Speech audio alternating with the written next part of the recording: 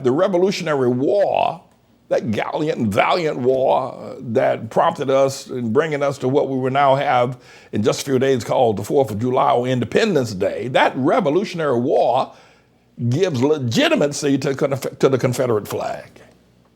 That's right.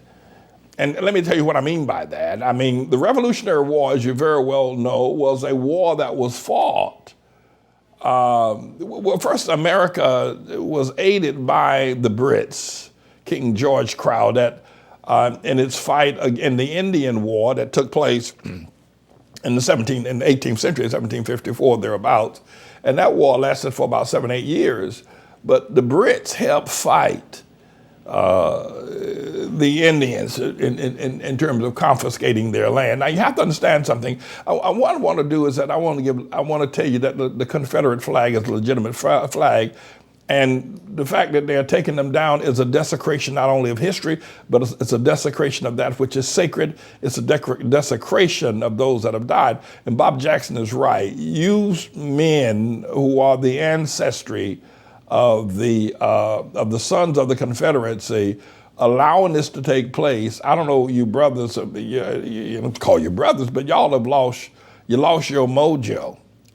The Confederate flag is as legitimate as the Stars and Stripes. And the Civil War is as legitimate as the Revolutionary War. And let me try to explain a couple of things to you. It is a horrific event that the statutes are being taken down. The statutes of the leaders of the Confederate, Robert E. Lee, Jefferson Davis, and a bunch of others, and the changing of the names of the forts that are members, even though they may have lost battles, they were fighters for the Confederate cause. It's that cause of Confederacy is legitimate. Now, let me say this. I was raised in the Confederate South. The Confederacy was not it was not a movement to help me. It was a movement to keep me and mine and all that looked like me in chattel slavery, legally, as laws on the books of the various states that became the Confederation of States. So I'm not here touting something that was in my favor or that it remotely was going to help me. It was against me. And I understand that clearly. I'm not historically ignorant to that. What I do want to point up is that history itself is greater than my own wishes or desires. And I find it the most appalling to try to erase history. Ever how evil it is to try to erase it, to try to diminish it in some way as that it doesn't exist, is worse than the event itself. History is history. And I think if we don't remember it, we're going to repeat it. This business of burning the Confederate flag or taking down the Confederate flag, taking down the statues, my brothers, my fellow Americans, my fellow members of humanity, it's wrong.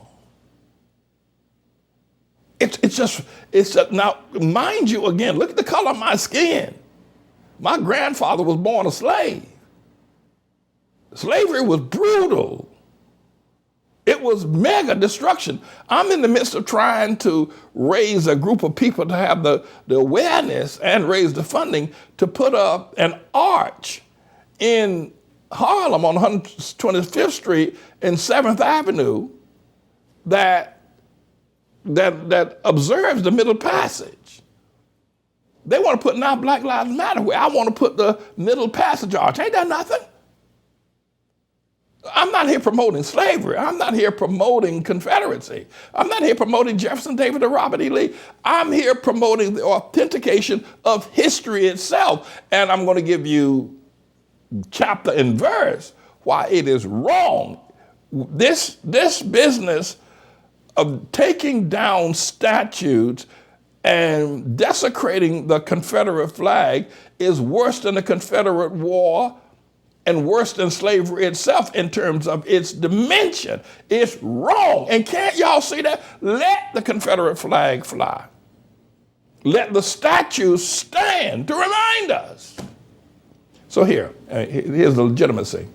Was the Revolutionary War legitimate? Why was the Revolutionary War fought by George Washington? and the revolutionaries here in America. Why? Why was it fought?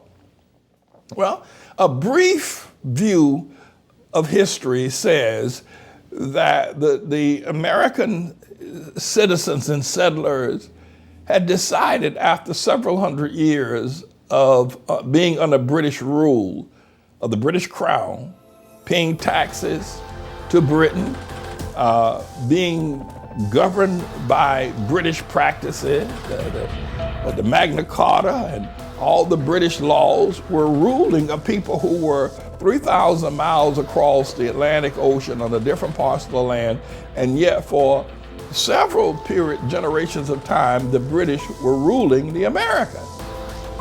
Because the Americans initially came, the Puritans, the Pilgrims, and all of that crowd initially sailed from Brighton over from London and to here and settled here. And as a result, the British kept control over them.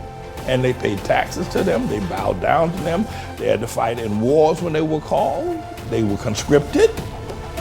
But the American people said after a couple hundred years of this, wait a minute, wait a minute, hold the phone. The Americans said, why are we subject to the crown of England? We're independent, we're on our nation, we've been doing this now for years. We need to try to tell them to separate themselves. They stop colonizing us, having rule over us when we have our own independent nation and our own independent states. We have our own government here now. We have our own rights. We are living in a different land and a different time without the ancestry of Great Britain. And so when they started that kind of talk, a war broke out. Cornwallis and a bunch of redcoats sailed across with an armada of ships that blackened the sea. There were so many ships sailing from Europe, from England to America, that it blackened the sea. And you couldn't see the sky. It blackened the sky. And Cornwallis and the boys got off those ships, and the Revolutionary War started at Bunker Hill, or somewhere, Concord, Massachusetts, somewhere up in yonder. And Paul Revere went on his midnight rage. The British are coming, the British are coming, the British are coming, the British are coming. But Americans said, no, you're infringing upon our rights as a people. And we are no longer going to have what is known then as taxation without representation. But more importantly, we are independent. We have our individual states and national rights. And so they fought the British. Would have lost had it not been for Ben Franklin and is getting the French to come and aid them because they had no seaworthy vessels. And the French was able to supply armaments because they weren't able to manufacture at the level. And as a result of the help of the French, the Americans won their independence from the British. And on the 4th of July, which is coming up shortly, they celebrated the independence of America, 1776, right? But the war went on. There were still skirmishes that went on for quite some time. But how does that give legitimacy to the Confederate flag? Oh, I'm glad you asked. Don't you remember? The southern states said that the northern states that have been benefiting, by the way, of the cotton that was processed, the Eli Whitney cotton gin, and the crops of tobacco and other crops that were grown in the South and picked by the slaves and all the work that was done by the slaves that was then sold in the North, and the North marketed to other, even down to South America. But the North then said, because of the abolitionists and the cry of others, that slavery was wrong. This has been going on for like 75 years, that they cried that slavery was wrong. So the Southerners then band together and said, no, we have states' rights. Remember, there's only 13 colonies that joined together to make up the united colonization of states. So when the event finally jumped off as big and bad as it was, shortly before that, South Carolina succeeded. Now, there's a lot of talk going around on liberal television, and you got to watch these liberal liars. First of all, they're all freaks and trannies. There's a lot of talk going around now that the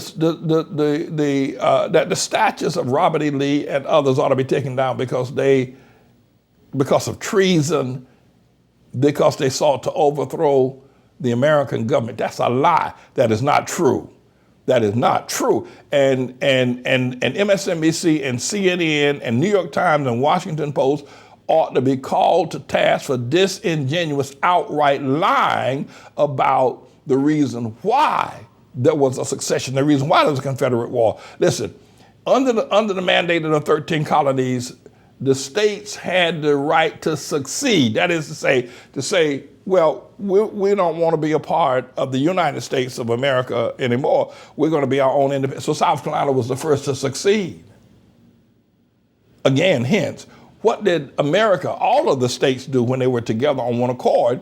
What did all the states do when they decided they didn't no longer want to be under the domination, under the rules of the Magna Carta, when they no longer wanted to be under the rules of England? They succeeded. And when they succeeded, England said, no, you're not. We're going to come back and with the point of a gun, we're going to make y'all bow down and pay us taxes and make y'all bow down and say that England still owns you. They said, no, we're not. They said, yes, we are. They said, no, we're not. They said, yes, we are. And then, pow, Bunker Hill happens. Concord happens. Paul Revere happens, right? George Washington happens. Cornwallis happens, right? Ultimately, 4th of July happens, independence. How is what the Confederates did with Jefferson Davis and Robert E. Lee? How is, and Robert E. Lee, of course, who was, had the opportunity to fight along with Ulysses S. Grant. He could have held Grant's position, but he said, no, I'm Virginia, I'm a Southern boy, I'm going home to fight with my own kindred. And he left this position in the Union Army, left this position as a Union politician, and said, I understand this process and I cannot raise weapons against my home state of Virginia. By the way, they've turned his house into Arlington Seminary. Cemetery, same thing, cemetery. But what's the difference, brothers? Come on. I mean, let's be reasonable here. The Confederate flag, what's the difference between the Confederate flag and the Stars and Stripes? The Confederate flag represented a group of people who had the legal right to succeed. It was not an attempt to overthrow the American government. It was an attempt to defend their states' rights, the same way the collective states defended their rights against the American, the British forces. You could fly the Union Jack if you wanted to, and nobody cares. That's the Union flag. This is wrong. I'm not here. Listen, the Confederates are no friend of mine. They never did me no favor. The Confederates never did. It's like I'm running and hiding. I'm trying to get on the Harriet Tubman skirt, to try to get away from slavery and all my ancestry. But the truth in history should not be erased because the fact I don't like how it all unfolded. I don't like the way, because you don't like the way it unfolded, you want to erase it. You can't erase it even if you take down the Confederate flag. First of all, you got to move it out of the people's hearts, and you're not going to be able to do that. I cannot believe that college history professors, I cannot believe that men of renown that now teach in the universities and were taught by great scholars and great historians, I cannot believe that they're allowing this movement to progress without the universities, the historians standing up and say, no, I understand your bitterness, I understand, and you're doing it for one reason and one reason only, because of the ineptness of black people who have not been able to find their footings.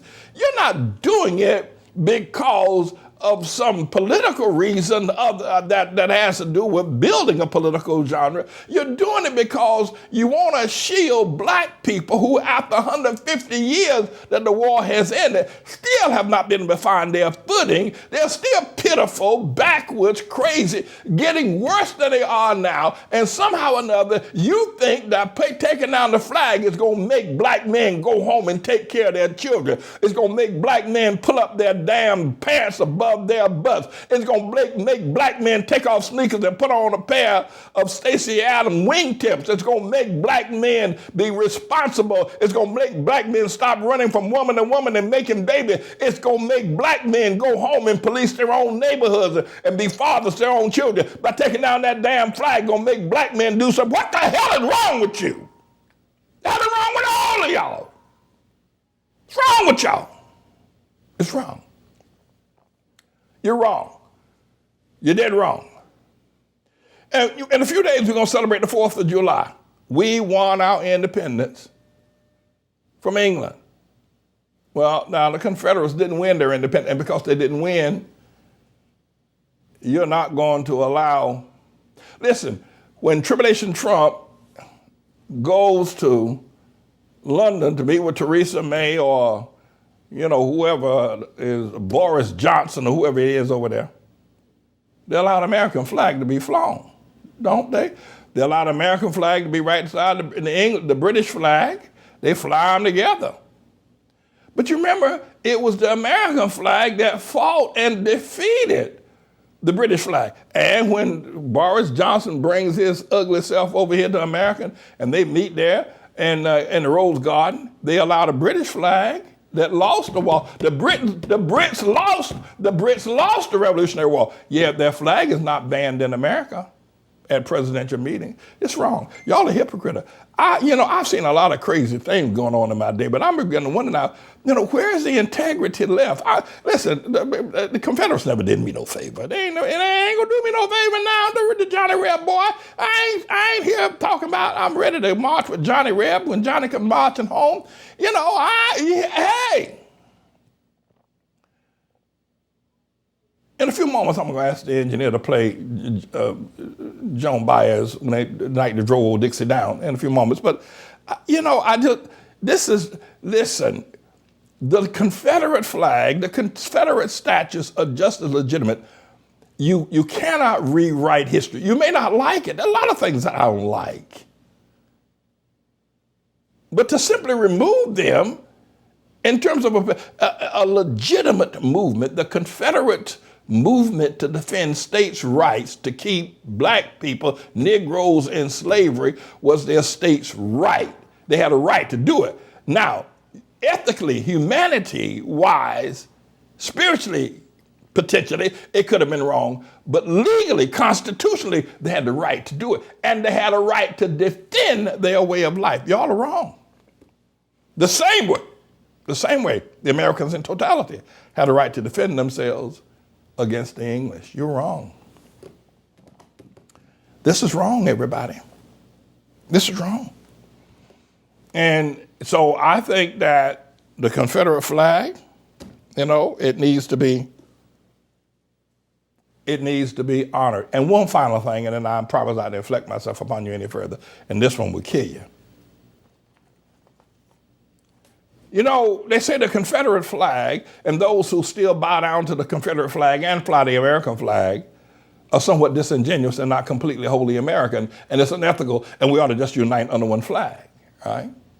They took down the Mississippi flag. That's the Mississippi flag. It's a shame that flag is gone. It's a damn shame. But at any rate, I guess we're moving in a period where we don't have intellectuals anymore. We don't have great historians anymore.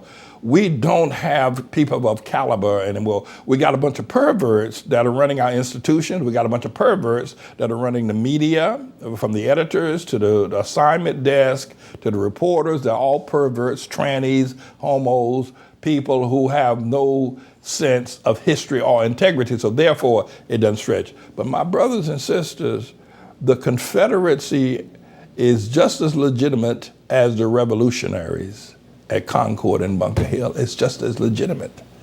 There were wars fought because one people, as collectively, thought that their independence should be given to them from those who had put them in some sort of colonization. The Confederacy had a right to demand states' rights and their way of life. We should not erase that history. And as a Hamite brother that you might want to refer to as a black man, I feel each time I see a Confederate flag or the statue of Robert E. Lee, and I'd like to take the children of our school to that to let them know this is what we have overcome. This is how far we have come. And I think it builds a greater sense of gratitude. You people are wrong. The media itself should be shut down. You people, you're just wrong. I'm James David Manning, everybody.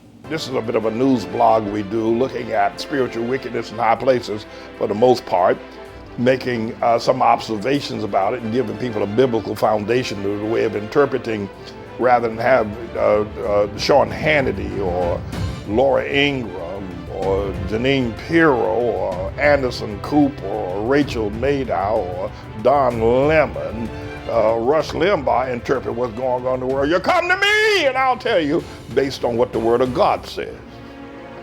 They'll just give you their worldly, sinful view.